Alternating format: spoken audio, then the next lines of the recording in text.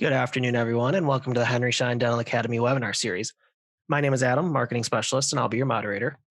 Today, we're welcoming back Mark DeTorre as our speaker, as he will share his insights on digital communication approaches to increase patient demand. Mark is the Chief Operating Officer for MSG Minnesota and has over 25 years of experience in dental marketing. Before we get started, we've got a few reminders for you. At any point during today's webinar, we do encourage your participation. Please type your questions into the Q&A section of the control panel and we'll answer them live at the end of the webinar. Henry Schein is not offering CE credit for viewing or attending this presentation live or on demand. And this webinar is sponsored by Henry Schein's Dental Business Institute as well as Henry Schein Practice Growth. With that, I will turn it over to Mark. Thank you, Adam. Good evening, everyone. And before we get started on the topic for tonight, I'd like to congratulate any of you that didn't blow up in your March Madness pool and you chose the Baylor Bears to win the national championship. So congratulations. Those of us that did have a bracket that blew up, congratulations. So if this is the first session that you're joining, welcome. If you're continuing on our roadmap to growth, utilizing marketing in your practice, welcome back. Tonight's topic we're going to focus in on is the use of digital marketing and tools to communicate and drive growth in the practice. So as we've done in the past and we'll do tonight, we start out with that primary question. Are you growing at the pace that you want, or do you want to grow at a faster pace? And inherent in that statement is two words, growth and the approach. So do you want to grow at a faster pace? And what approach do you want to utilize or have you utilized? And I would compare the word approach to actually dentistry, in that as you're sitting looking at a patient and you're trying to decide, do I use a flowable composite? Do I use an anterior or a posterior composite? You're constantly in your business thinking about, as a dentist, the approach that you want to take to deliver your service to your patients. And so the same thing has to be true in terms of how you think about growth. And instead of using the word approach, I'll substitute the word approach with marketing. And sometimes, in a way, marketing is a challenging word for dental practitioners because it closely aligns itself with sales, and we're not in the business of selling dentistry. But it's really important to think about marketing and the tools available, the approaches that can be used, similar to the approaches that you think about every day in your practice in terms of how to deliver high-quality care to your patients. And so as we get started with this session, we're going to use those two words as the backdrop to help us think about the approaches that we want to use. And in our previous sessions, we've talked about the 4 keys to successfully marketing your practice, the approach, the way that we're going to go about doing it. And we've talked about 4 key pillars that are essential to think about as that approach. And it's really a marketing discipline. So the first is building the appropriate plan, having the commitment necessary either in supporting your staff in terms of the time or the resources that they need to help work the plan, or allocating the proper resources to bring partners in to assist you with either the development of plan or the implementation. So we've got a plan and commitment. A third key pillar is implementation. And in today's session, we're going to talk about tools of implementation and then measurement. And so in that plan, in previous sessions, we've talked about the need to assess and gather the necessary information to build the appropriate plan, to develop goals and objectives, and then tactics and budgets to accomplish the plan. It's about a discipline. It's about a discipline of thinking about growth and a discipline about thinking about how to market your practice. And similar to the example that I used relative to using an anterior or posterior composite, there are many tools available to you, to your practice, to properly communicate with your patients and to market your practice to help stimulate growth. And we break it down into a couple of questions. One is, are you going to go a digital route or a traditional route? What is it that we're going to do? Are you going to think about, is it going to all be driven internally? My internal staff is going to manage the process as well as the implementation, or do I turn to an external partner or partners? So who is going to do it?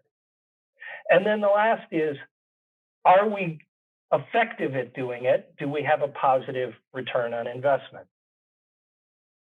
So prior to getting into the digital aspects of marketing your practice, there's two key pieces of information that we think are the backdrop to help you understand how to utilize tools to market your practice. The first is, according to the 2019 census, 10% of households will move over the course of the year. And that's increasing annually.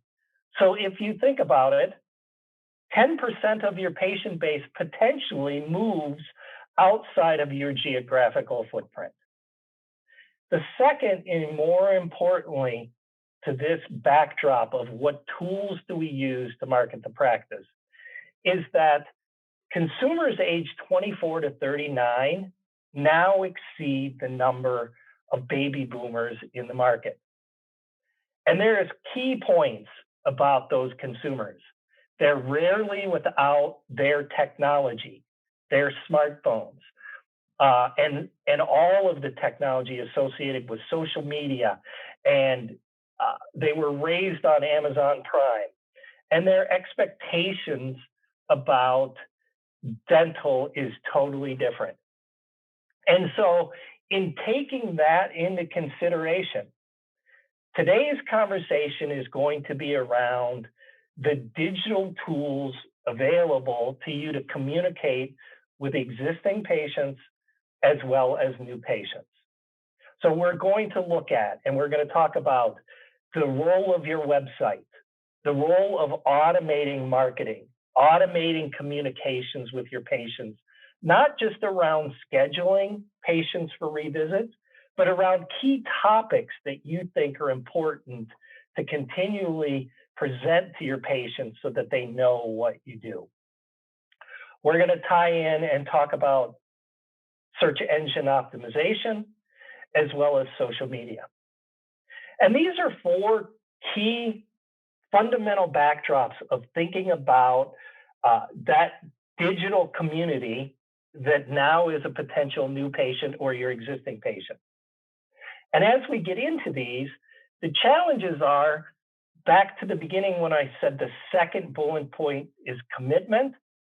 The challenge with these four is understanding how to properly utilize them, either on your own or with partners, and having the commitment to properly do the things that need to be done day to day to manage these tools. So one of the first things that we think you need to really think about as you think about the digital tools available to market your practice is back to that very first point, building a proper plan. Goals and objectives are a critical first step to good digital marketing programs. I can't tell you how many times that we meet with practices and they want to jump right into, let's develop a new website, or we need a new website, or I think we need to do search engine optimization, or we'd like to do email campaigns with our existing patients. Taking a step back, saying, what are the goals and objectives? Because there's so many avenues that you can take with digital technology approaches that it's critical that you have a plan and you start with a plan in order to have the most effective programs. Two key takeaways as you're thinking about digital tools and what are we trying to accomplish. The first step or the first thought is existing patients or new patients. And there's two key statistics that are really kind of interesting as a backdrop, is that there are many studies that have been done that state that getting new customers is significantly more expensive than communicating and getting business with your existing customers. And there was a study that showed that existing customers are 50% more likely to try new products or spend 31% more. If you translate that to your practice, the question becomes, are there opportunities to expand and grow your business with existing patients if we properly communicated with them on a regular basis, if we utilize tools that were most appropriate to how they view the world, can we properly communicate with them to drive growth with existing patients, or is our focus on new patients? There's three fundamental things that we need to think about. The first is engagement, the second is expectations, and the third is execution. Engagement being, are we totally engaged with embarking on a digital program and sticking with it? Have we set the proper expectations? And are we doing everything necessary to execute the programs? So let's take a look at all of the armamentarium, similar to anterior composites and posterior composites and fillables or flowables. We're going to look at the digital tools available to your practice and walk through the things that we have to think about as we begin to implement some of these tools. The very first thing that we recommend is that any of these tools have to be purposeful rather than accidental. There's a purposeful plan for what you want to do in all of the digital tools. They're not just happening on their own. And when you look at a continuum, and we try to make it the continuum from somewhat simpler to more complex, as well as what are most practices doing along the left side of the continuum to what is being done less and less as you get to the far right end of the continuum. And what we see most with the use of digital technology to communicate with patients is the utilization of the practice management software in terms of scheduling and rescheduling patients. The use of text messaging and emails to remind Mrs. Jones that her appointment is coming up or that we haven't seen her in 6 months, that it's time for her to schedule an appointment. Those are the most common first steps that practices use in terms of digital technology. And things like Demand Force or Sesame or Solution Reach are the digital technology software tools that practices utilize in conjunction with their practice management software to implement those programs. So it's kind of step one on the continuum of entering that digital world. The most common next step is for a practice to say, even with existing patients, we need a website and we need social media. We would totally agree with that. And as we get into asking questions, the key question that you have to ask yourself is, what are the objectives that you have for your website in terms of existing patients? What is the role of the website with existing patients? What is the role of social media with existing patients versus what the role might be with driving new patient demand? And in conjunction with that comes into play of, are you utilizing online scheduling? Are you utilizing online bill pay?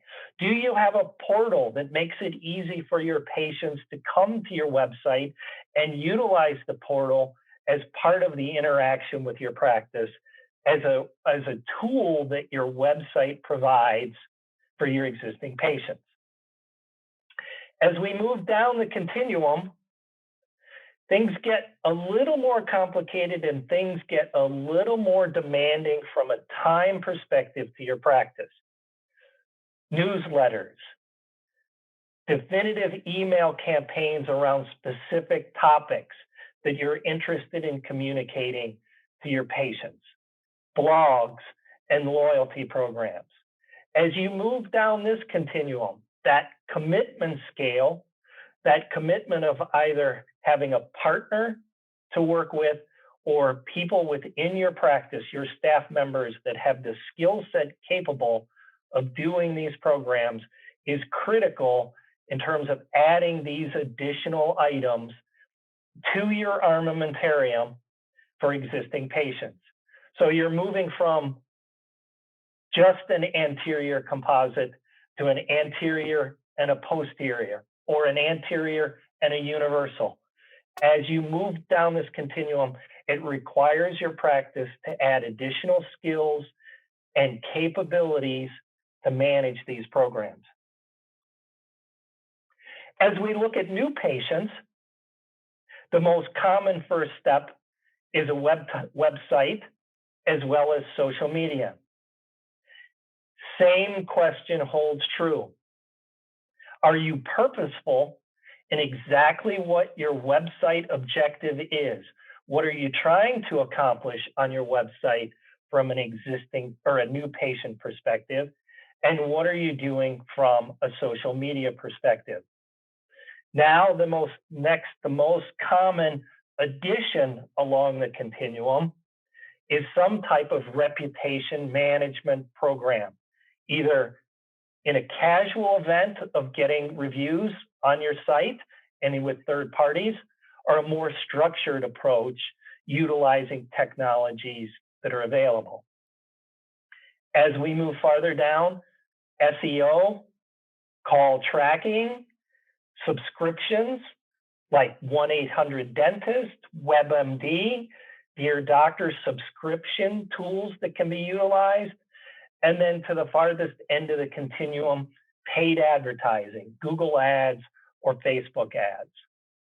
So those are, from an existing patient and a new patient perspective, those armamentarium tools that are available to your practice to utilize to digitally communicate with existing patients as well as new patients.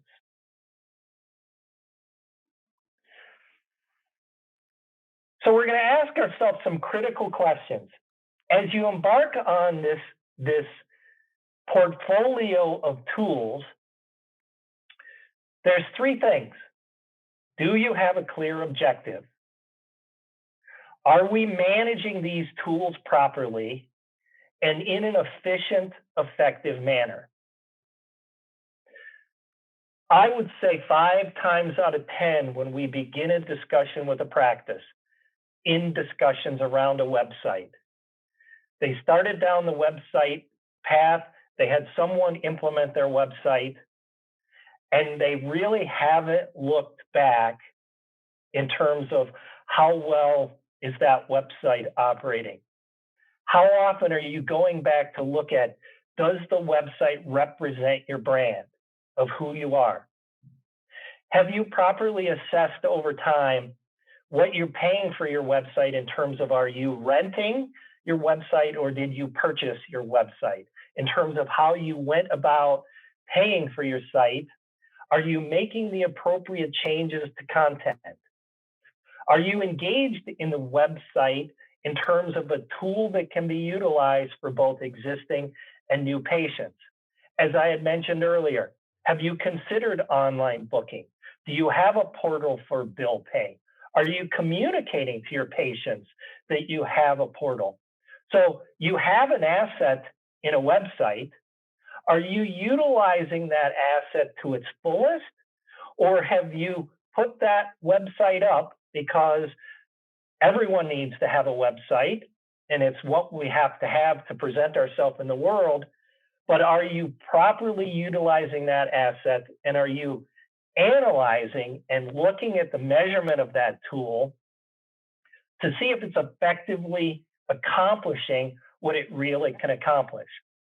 So the key as we start to go through these is not necessarily just having the tool, but it's being engaged with the tool and utilizing the tool and ensuring that the tool is doing everything that it can do for you to properly communicate with your patients. So that's your website. Social media. How are you managing social media? The key things to think about are the frequency and the relevance of the topic to the audience. Again, many times that we get pulled in and have a consultation with a practice, we'll look at their social media posts, both on Instagram and Facebook, and it could be 3 weeks or 4 weeks from their last post. So the frequency of their post is not what it needs to be. The relevance to the target audience in terms of the topics that are being communicated gets back to, do you have a clear objective and who's managing it?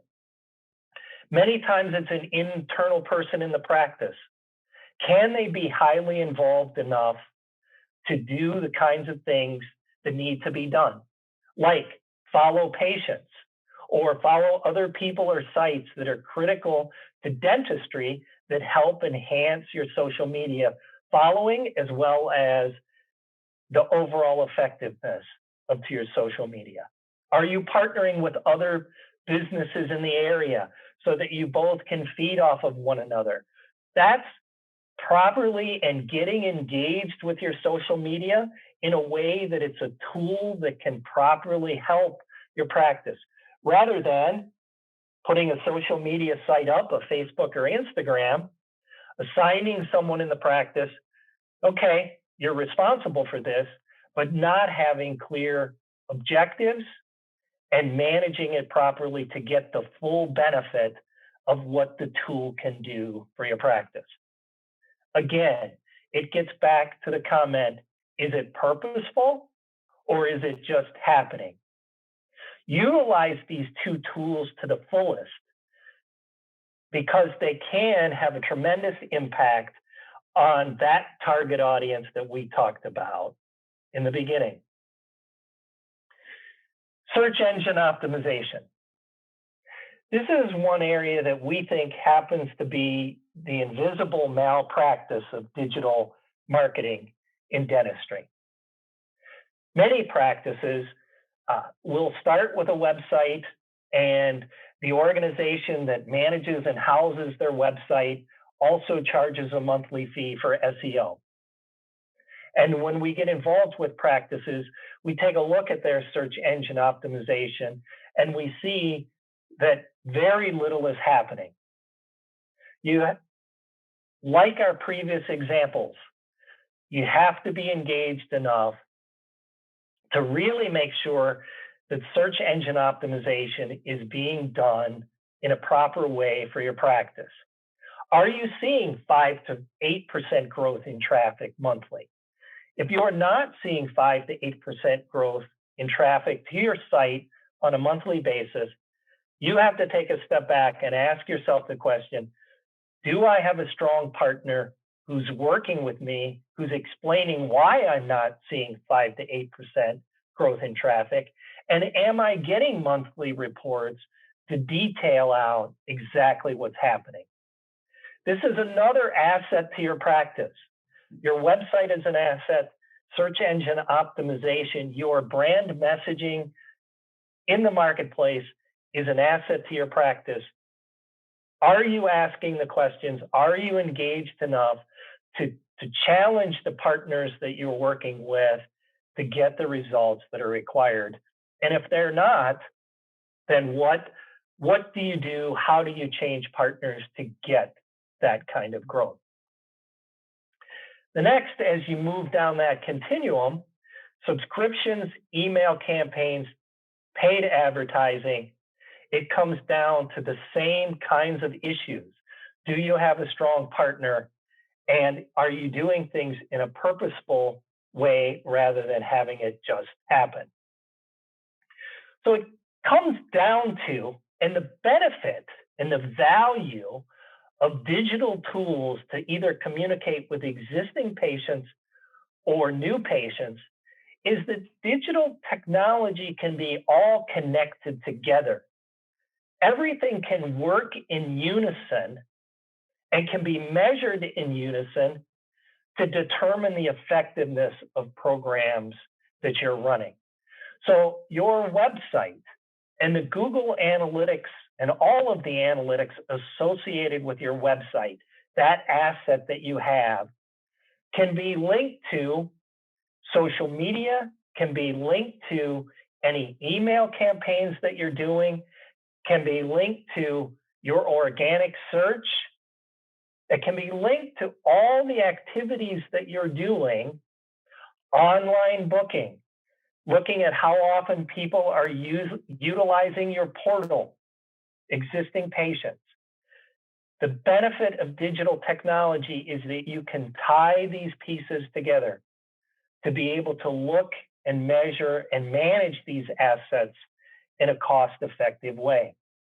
But it's critical, as we started at the beginning, that you look at each of these tools, each of these armamentariums, that they tie together and that you're engaged and you have ownership in each of the pieces to make sure that you're getting as much as you can out of each of these tools, that it's purposeful.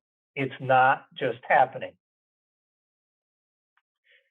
And over the course of this discussion, we've talked about commitment. Success in anything, as Vince Lombardi said, it has a price. And commitment is the price of digital technology to market your practice.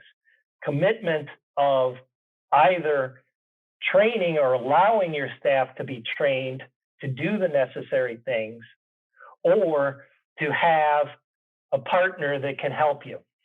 It's about creating a discipline in your practice that says digital assets are an overall asset to my practice. And so therefore, we're going to manage those assets in a way that we get the most from each of them. And you have to ask yourself, given that discipline and given all of the tools that are available, do you go it alone or do you develop a partnership?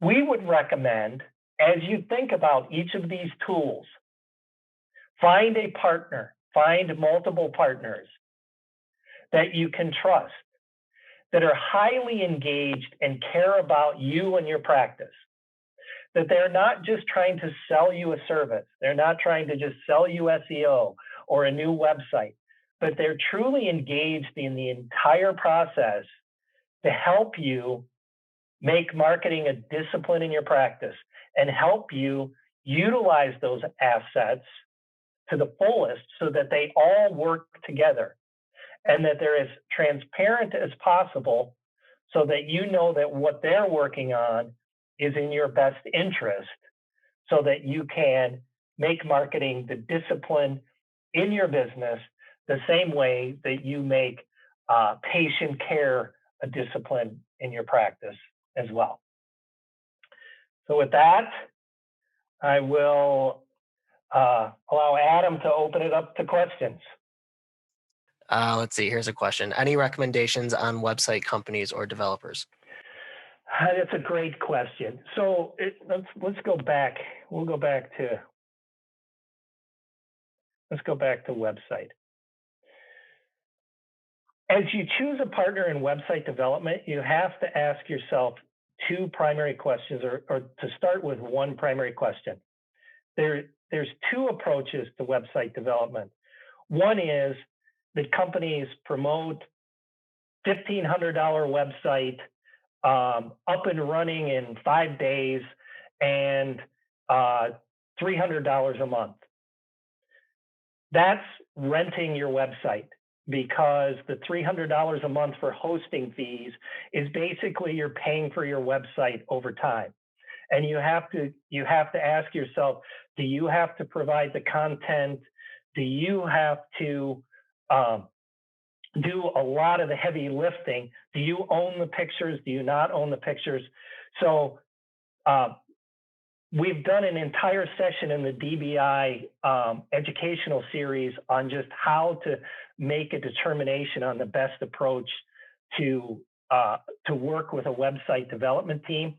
But I highly recommend the first step is, do you want to own your website versus do you want to rent your website? And if you do want to own your website, then you can find independent website development teams that will build your website, build it out for you, host it very inexpensively, and you are the manager of your site in terms of owning that. If you're not interested in that ownership piece, that you just want to have your website up and running and you'd rather pay for it over time, then there's many companies that you can go to that offer website development services. The major ones, Office Site, Pro Sites, that approach is more of a renting your website rather than local developers to build your website from the ground up.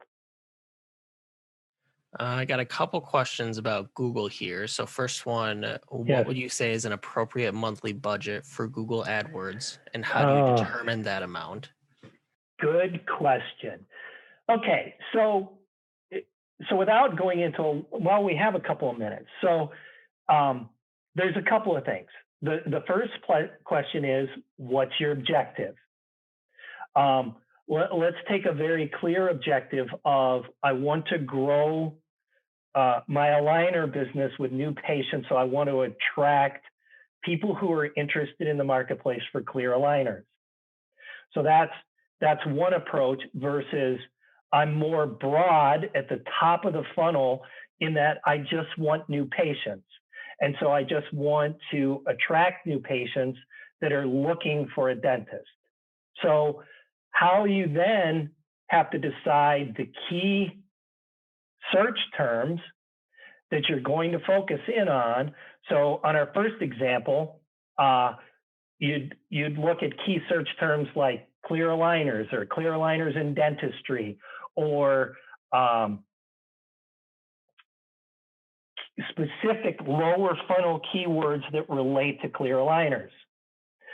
When you get to that point, if you're at the very narrow bottom of the funnel for key search terms, then the next thing to do is you have to look at the competitive nature of those terms within your footprint.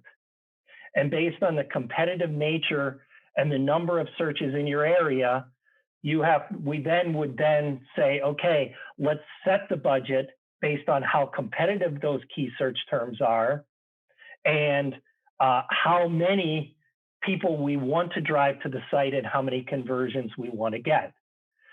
If you're going very broad at the top, where things are not as competitive, then you have the ability to spend less money, get more people to the site, maybe less conversions, but it's bringing more people in a general nature to the site.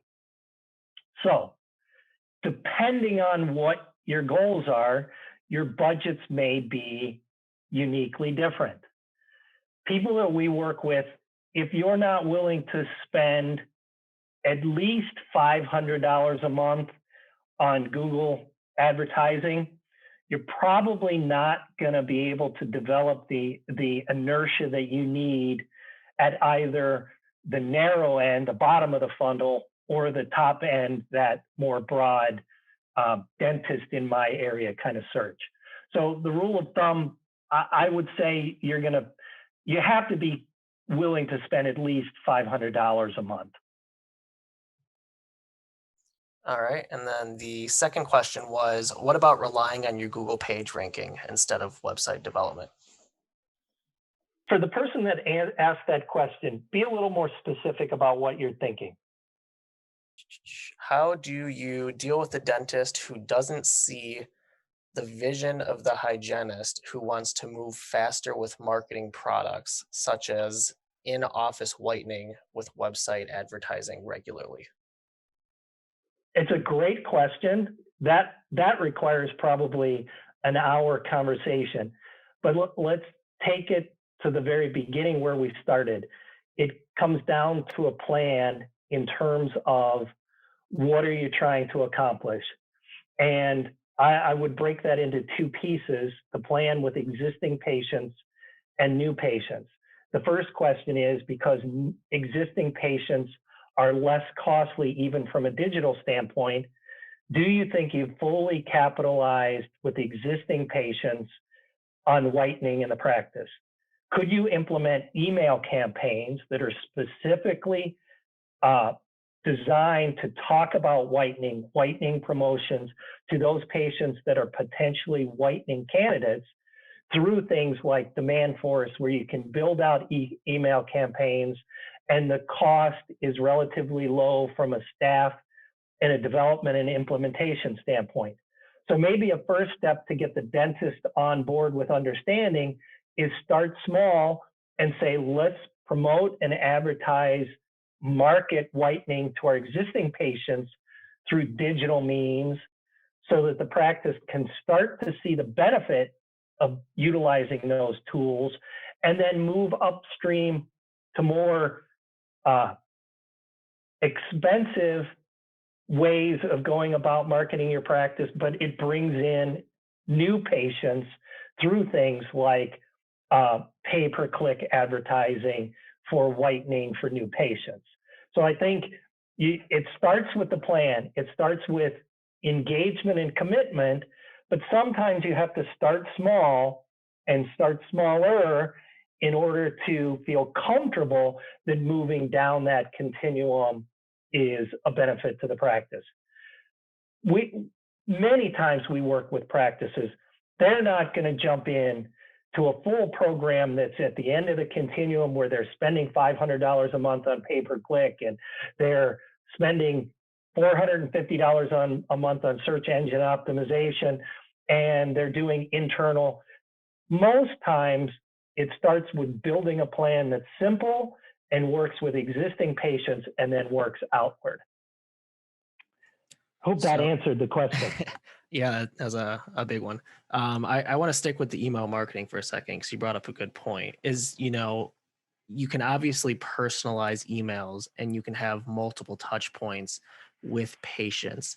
Do you think it'd be beneficial to, and I don't know of the people of the dentists on here, if they do emails, like post-visit emails, but like with the tooth whitening, for example, would it be beneficial if you talk about that with the patient in the visit? Should you consider sending a relatively personalized follow-up email saying, hey, thanks for visiting. By the way, we talked about this, blah, blah, blah. Yeah, if you have demand for solution reach, many of those programs are being utilized by practices to just do that scheduling and reminder. Very few practices are developing customized email messaging to patients around procedure-specific topics that could help grow their practice. In fact, many practices don't even realize that they can build customized email campaigns out of those programs.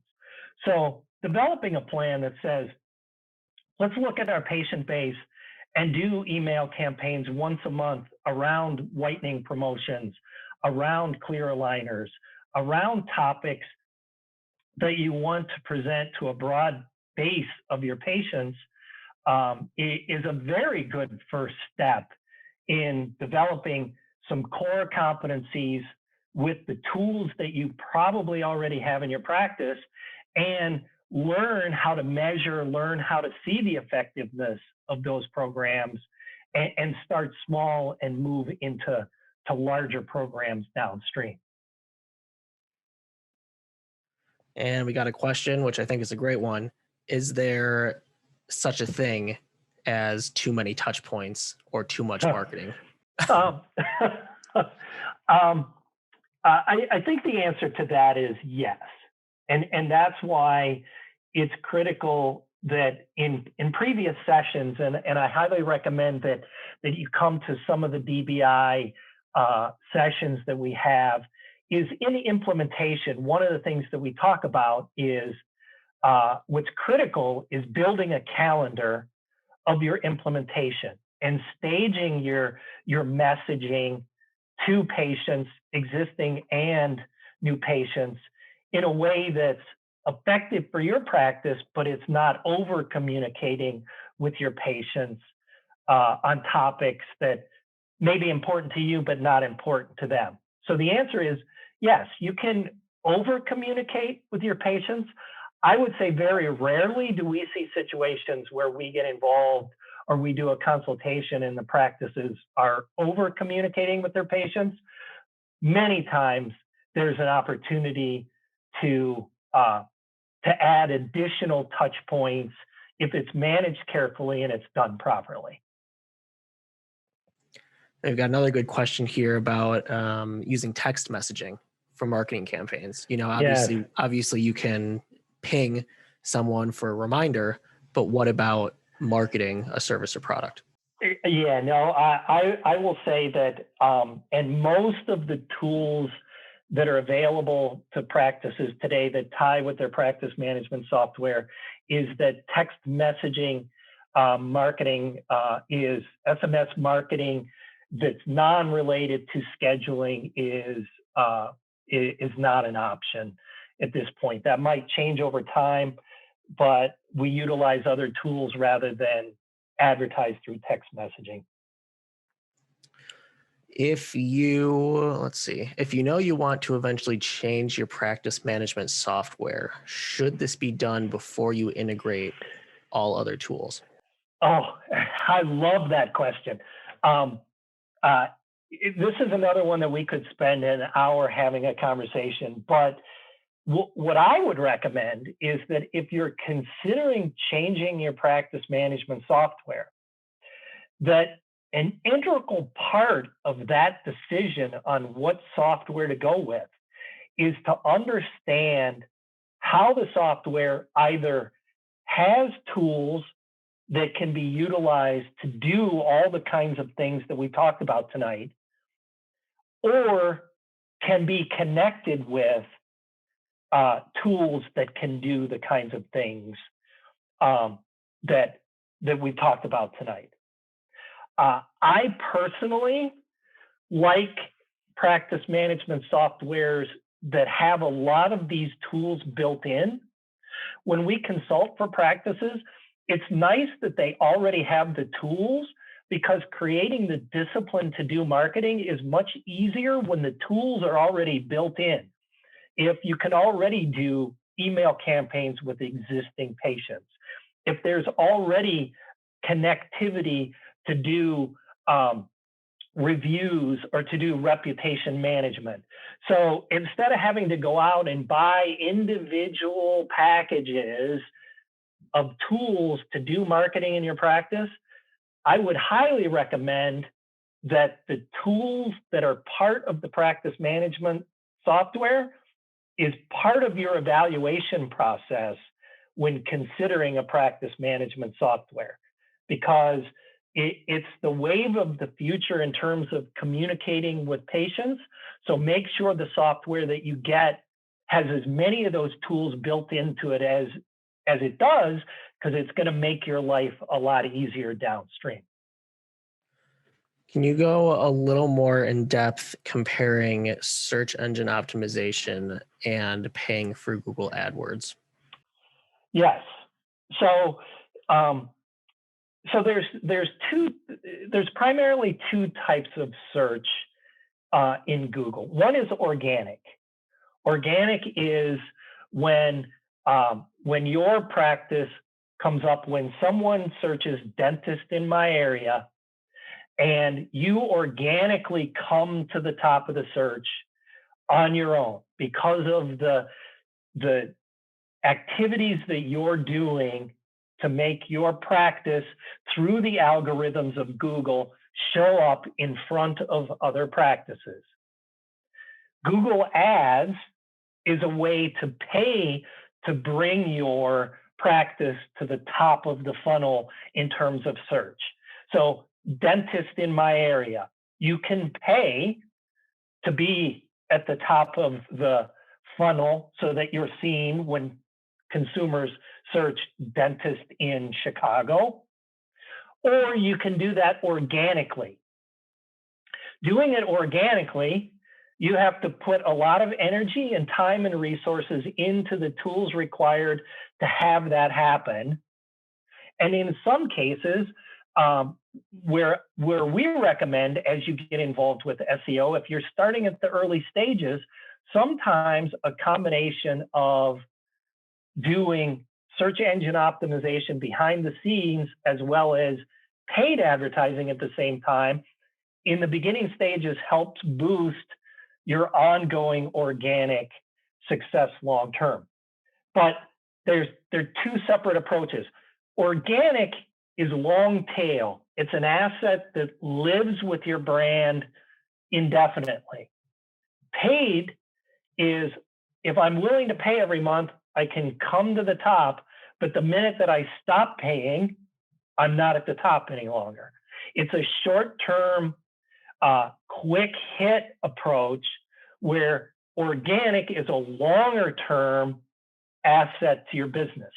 Both play a role in presenting your practice to the marketplace, but they're two different approaches, and they're a short-term and a long-term approach.